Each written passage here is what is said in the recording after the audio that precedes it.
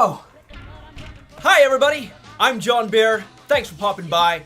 I still don't have any natural light in my room, so I'm relying on this natural light to light up my face. It means that I can only film videos at a certain time of day when the light is just right. I want to talk to you about one of my favorite blogs here in Japan called Super Cheap Japan. Now the author Matt of Super Cheap Japan just wrote a new travel guide of how to travel in Japan super cheap. So I want to make a video today telling you how I survive in Japan super cheap. His book has inspired me to make this video just for you guys. Huh?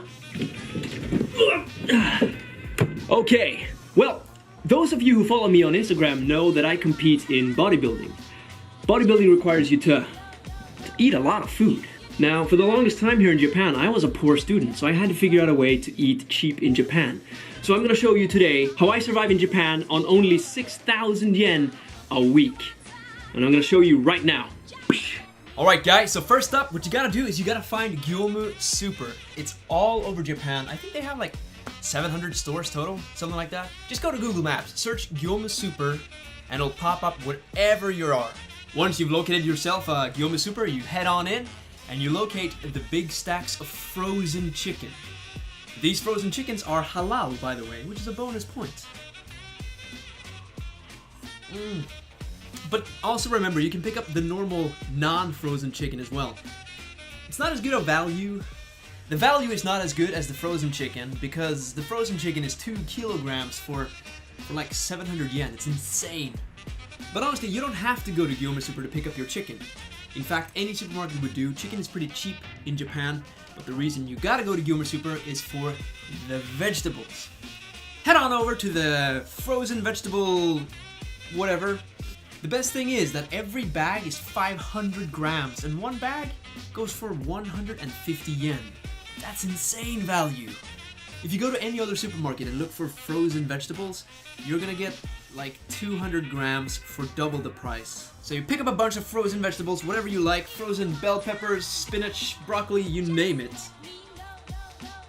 And also on the way out, remember to check out baked beans.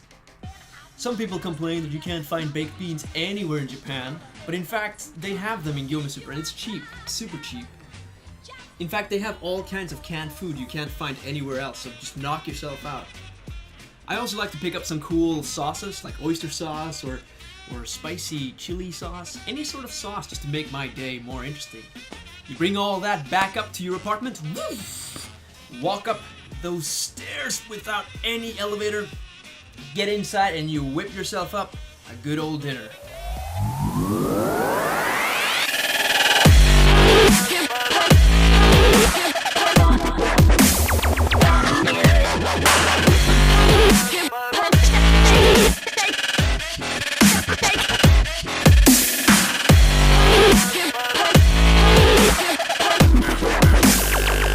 It's rice with chicken with vegetables stir-fried.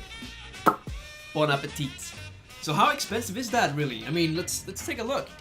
You got your chicken, you got your rice, and you got your frozen vegetables, and then you got some sauce. For 1 week, how much does that add up to? Bling! That's it. Super cheap. And I admit this advice will apply more if you're planning to stay in Japan for more than a month.